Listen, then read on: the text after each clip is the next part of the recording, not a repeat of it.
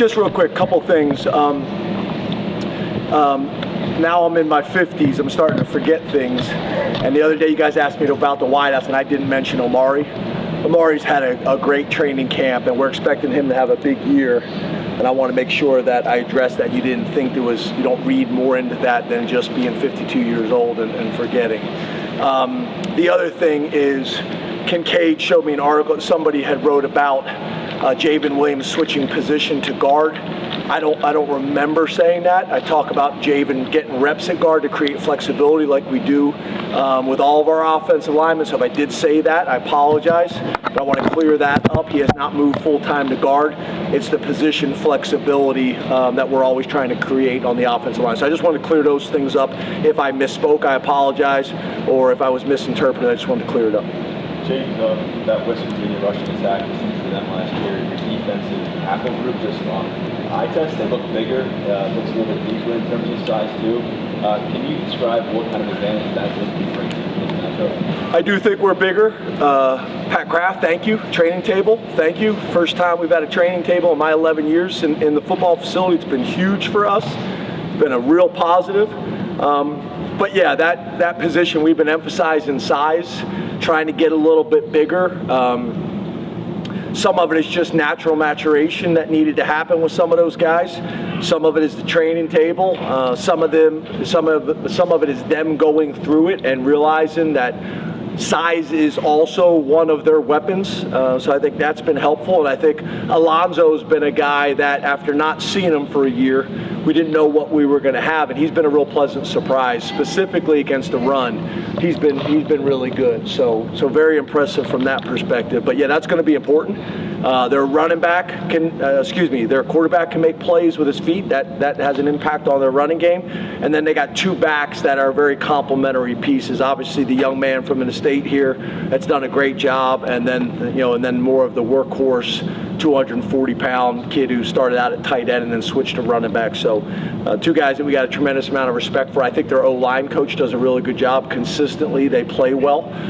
So it's going to be a challenge. There's no doubt about it. James, how anxious are you to see what this offense can do against somebody else? I mean, obviously they've been going against your defense, but there's so much anticipation about what it's going to look like. How about you as a coach? What's going through your head? Yeah, I think I got a pretty good idea of what it's going to look like, because I've seen it for 16 hours a day for last I don't know how long. But I think your point is a fair one. You never truly know until you go against somebody else. And then obviously, typically offenses in college football early in the season, you may see a few more things that need to get cleaned up than on defense. Typically on defense, if you can get them lined up, get their cleats in the ground, be gap sound, and then run to the ball, you're going to be more times than not in pretty good shape.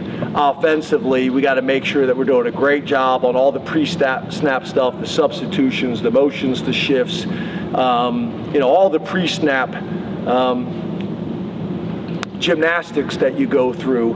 We got to make sure that those things are all clean, and then do enough of all the things that we've been working on in camp that can be challenging. Things that we've done in our history, things that Andy has brought, things that people have been able to see on tape and that from watching us as well as Kansas, and then some wrinkles that maybe they haven't seen at either place before. Coach, you've opened 3 of the last 4 seasons at a Big Ten opponent for the season opener. How applicable do you think that experience is here going to West Virginia to start the season? It's great. The Big Ten has prepared us for road games very well to open the season and to open the conference. So we embrace it. Obviously, when you think about, like Purdue, going on the road to Purdue to open the season, that was, I think, a pretty good environment and a tough game, as you guys saw. So this is going to be a tough game. It's going to be a tough environment. Got a lot of respect for them. They're confident after how their season ended. So it's going to be a challenge. But I do think we have enough veterans coming back that have opened in some of these games before, and that's helpful. James, how have you seen Kyler Warren take the next step in his progression over the course of the offseason? Yeah, he's been there, done that. He's been such a great leader for us. I think he's the most complete tight end in the country in terms of he truly is a weapon in the run game as a blocker. He truly is a weapon on third down in the passing game, and then obviously, just how are they going to treat him? He can line up wide and play like a wide receiver in a 4-wide set, but he can also connect in the box and be a lead blocker or working in a double team with the offensive tackle and a DN to the outside linebacker. So, those are the tight ends, in my opinion. When you talk to defensive coordinators all over the country, they're the ones that they hate, is when they can't put them into a category. This guy kind of is the big slug that everybody knows is just a run blocker, or this guy won't crack an egg but is a threat as a wide receiver. Those guys are not that difficult to defend because you can put them in one category or the other. The guys like Tyler, there's not many of them across the country that can do both, and they cause a lot of headaches. James, sticking at tight end, I think this was the third open practice in a row we have not seen Khalil. Naturally, that leads me to believe we'll see more of an Andrew Rappleyea. How do you feel like he's prepared for this moment, assuming he is going to have an expanded role? Yeah, I think you'll see a ton of Rappleyea. I also think you'll see a decent amount of Luke as well in this first game. I think Rapp, as you guys know, there's been an excitement about him since last year, and he just continues to develop and get better. I think Tyler's influence on all those guys has been really good, and Luke has come in exactly what you want and has pushed those guys too. So he's a mature guy, and he'll have a role in this game 1 too.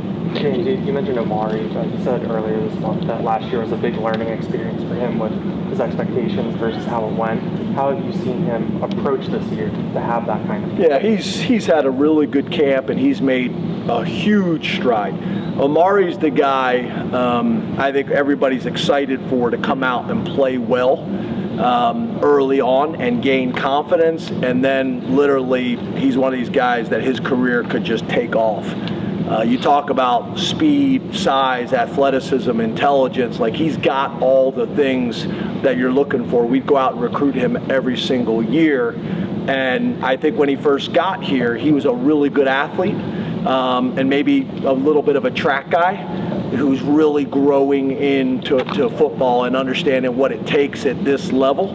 But he's a guy that I think there's a lot of excitement within the program that he's ready, and a few big catches and a few big plays, and he could be a guy we're talking about very different at the end of the season than maybe the conversations that are going on right now, and we believe that will happen. James, what Kobe going into his fourth season and helping the team captain, how have you seen his leadership skills evolve since he's been at Penn State?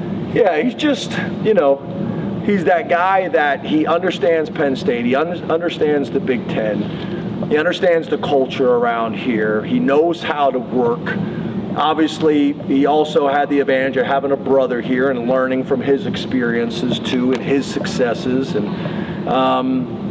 he's just kind of that vet that you would love to have at Mike linebacker every year. I mean, he's kind of seen it all.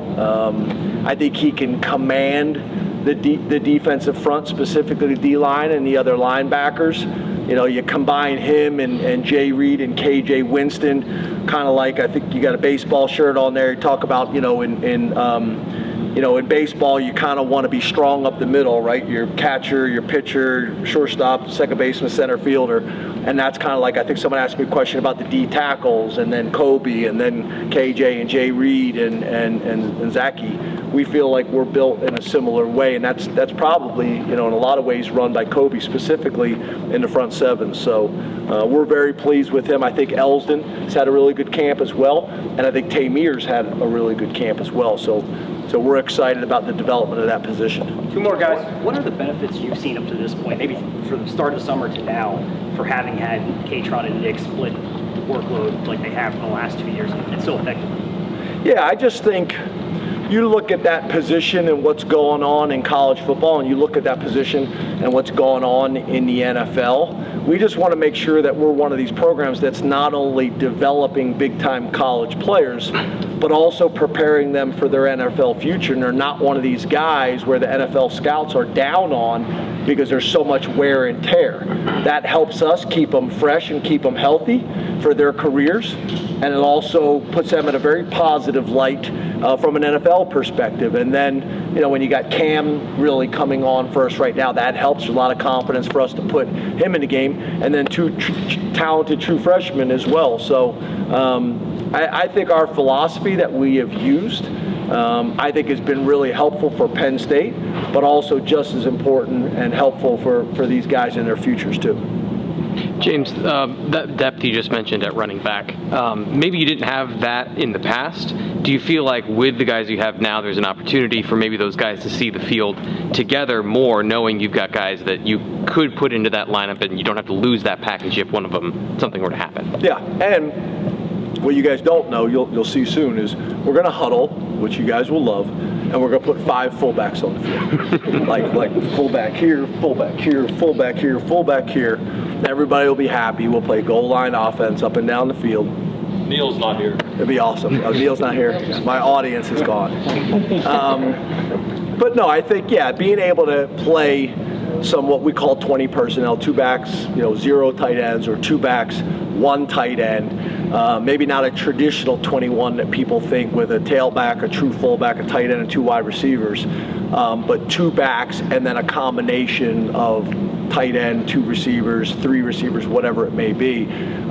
Yeah, there's a ton of value, and especially having a guy like Cam, who's also not a small back and has the ability to not only be a ball carrier but also a lead blocker, because that's really when 20 personnel is most effective, when they have to fear both of those backs as also blockers and also receivers. Kaytron has been really a good receiver since he got here. I think that's where Nick has improved as much as anything, is in his confidence and his ability to be a receiver. And Cam's always been a very, very natural wide receiver. So that's important for all those guys. So, Thank you, Coach. Thanks, guys. Thank you.